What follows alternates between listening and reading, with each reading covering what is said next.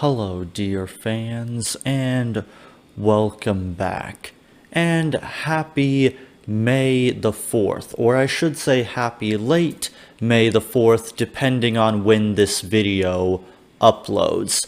But what better way to celebrate this day than to watch Death Battle face plant into the floor while sending a character to their inevitable death for the sake of views? Well, let's begin and see what damage they've done this time.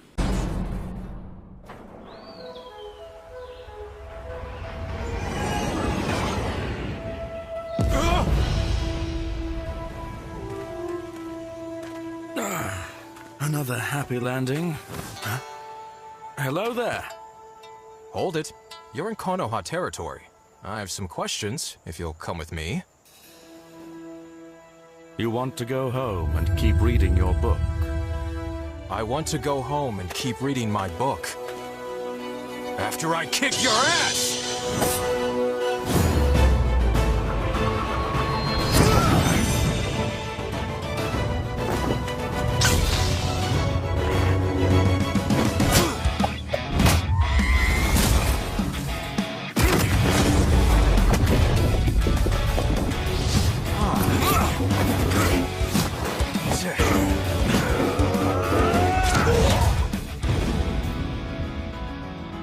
Had enough?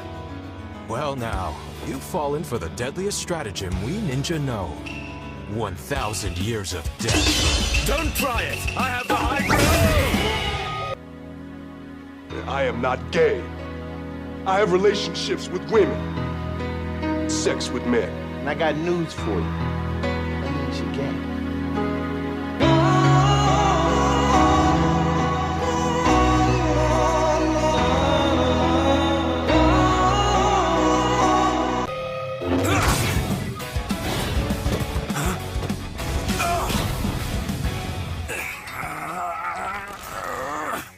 I guess I have the high ground.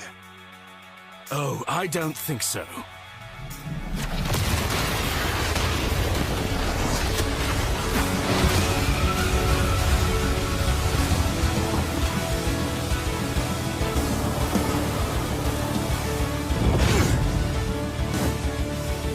Most impressive. But I see you.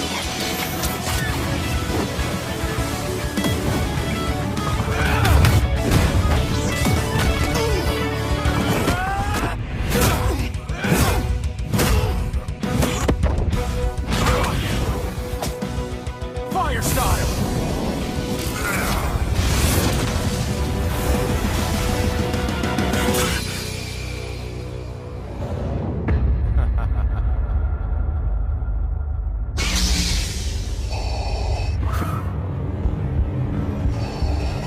Be mindful of your thoughts, Obi-Wan. They betray you.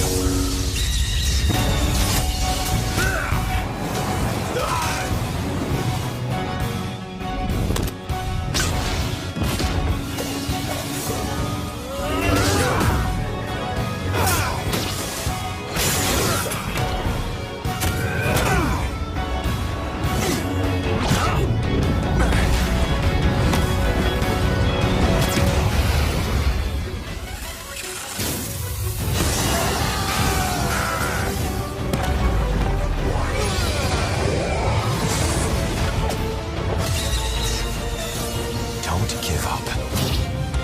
Trust in the Force.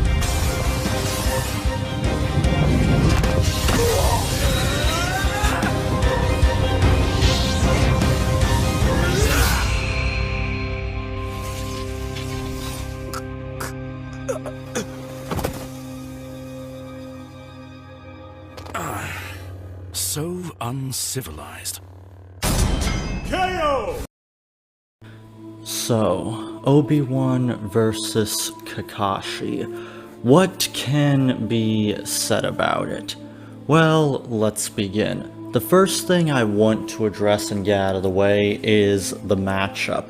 However, I'm not going to go too much into the compatibility or the reasons why this matchup happened, as I already addressed those points in my previous video, but the main thing I want to focus on is the fact that this is yet again another trendy matchup, something that even people in my comment section and my Twitter were pointing out, that this video just so happened to conveniently come out on May the 4th, and the Star Wars character conveniently wins.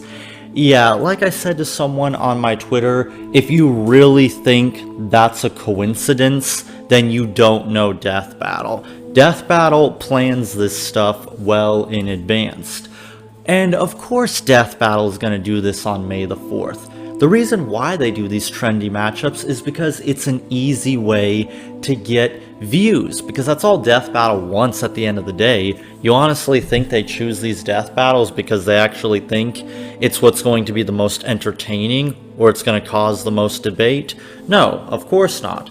Sometimes, in some cases, Death Battle will have to intentionally cause an argument or fuck something up just so people will start debating it.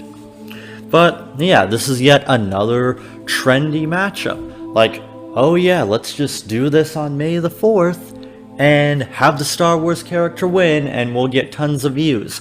The problem is what Death Battle didn't take into account is the fact that Star Wars is dead, which I don't know why they would choose this now of all times to do this Death Battle, considering that Star Wars is completely fucked, raped by both Disney and EA, but I guess that never really has stopped Death Battle before, like when they did Charizard versus Greymon well after the Flame War between Pokemon and Digimon was over.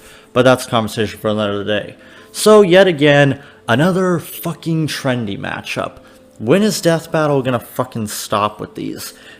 And yeah, like I said in my previous video, it goes without saying, but the reasons for why these two should fight are stupid.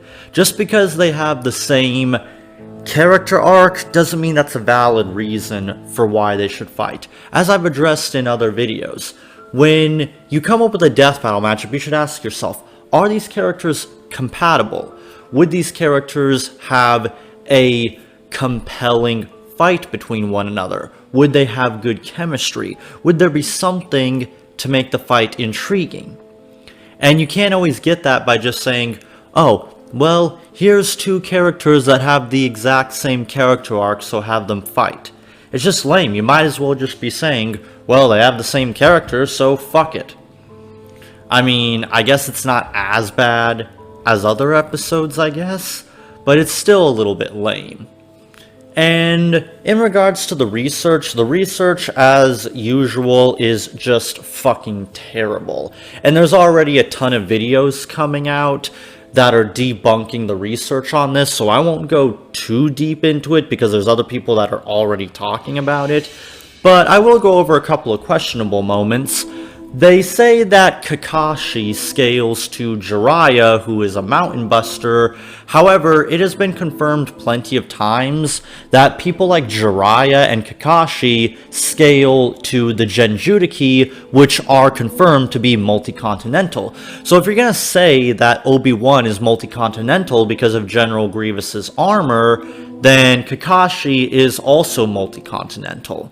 So I don't know if Death Battle thought that one through, they were aware of that, or the most likely instance, they just didn't do their research, because from what my sources tell me, Wiz and Boomstick, they no longer do research. They hire people to do that for them, and they hire some of the worst, most god-awful researchers of all time.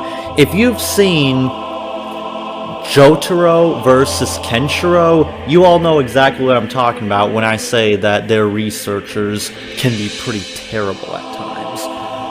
But another problem I have with this is, why do Kakashi? A lot of Kakashi's main powers are completely useless against Obi-Wan. The Force renders electricity, energy, and fire useless, as well as even mental manipulation. So, compatibility-wise, this is a shit show, so I don't know what the fuck they were thinking. But then again, this goes along with what Death Battle likes to do. They like to take... They will take these characters that, once again, they will have the perfect, convenient ability to counteract the other. So it makes for an easy victory, and it means they don't have to do as much research.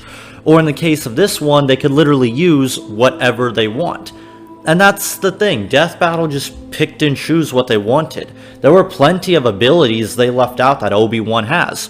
For example, the Force Cloak, an ability that Obi-Wan has along with many other Jedi that can make him completely invisible. Why that wasn't used? I don't know.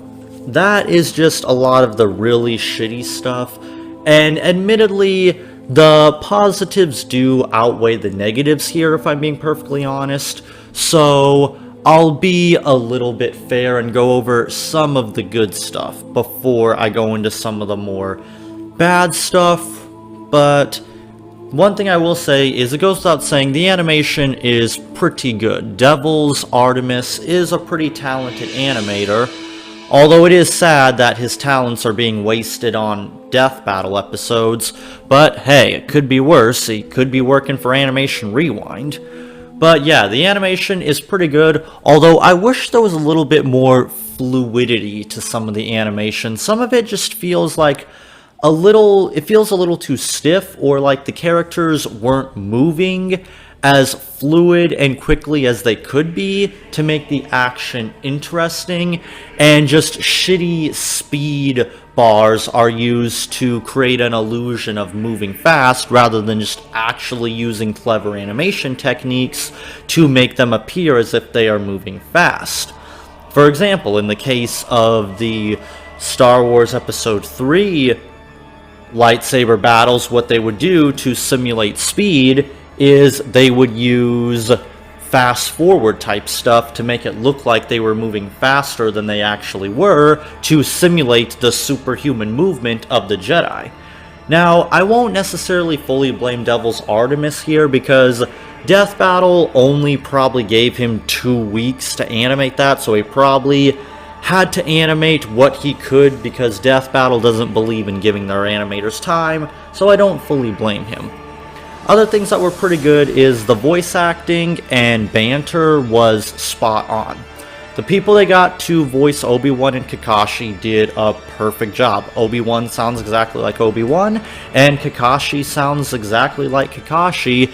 And from what little I know about Kakashi, because I didn't watch a shit ton of Naruto back in the day, but from what I do remember about him, his character seemed pretty accurate to how he was in the anime, and of course it goes without saying Obi-Wan was also pretty accurate to how he was in the movies, although I would have preferred a little bit more trolling from Obi-Wan, because that's kind of his thing. He's known as a master troll. I wish we could have gotten more of that, but whatever, can't have everything.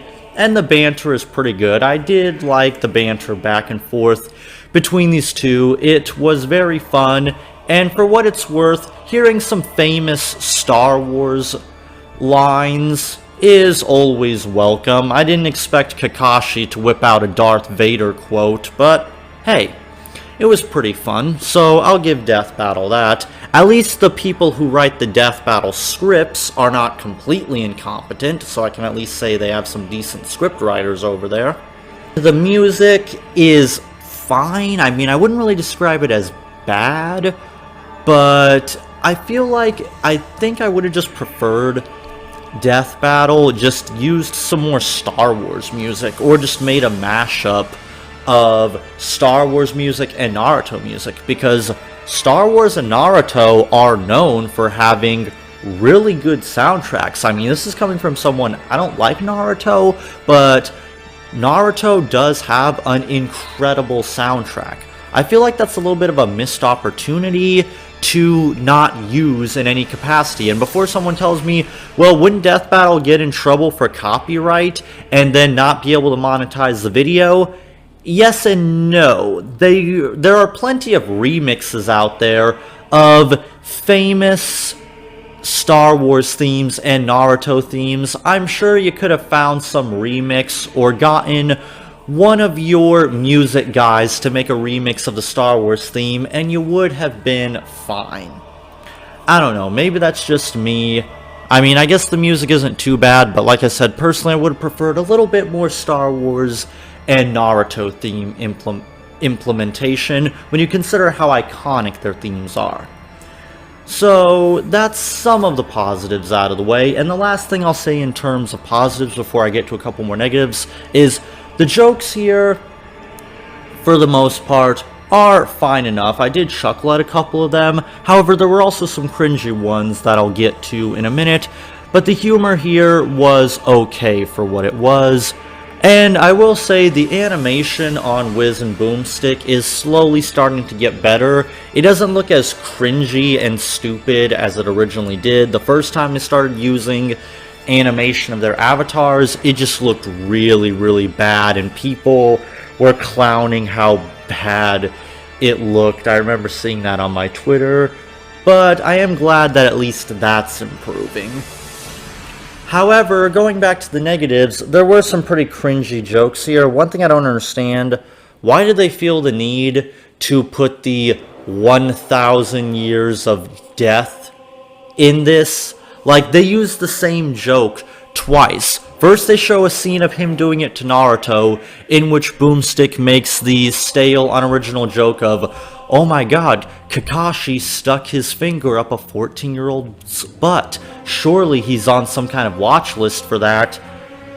Yeah, Boomstick, you're not clever. You might as well have just made the ever-stale and overused FBI joke. It's about as original, and why even make that joke if you were gonna make the same exact joke in your actual animation? What was the point, and why use it at all? Was that really necessary for the fight? I mean, I get if you wanted to use it for a lame joke, but why put it in the animation? It just makes it hard to take the fight seriously when you put something like that in there. Like, okay, we get it.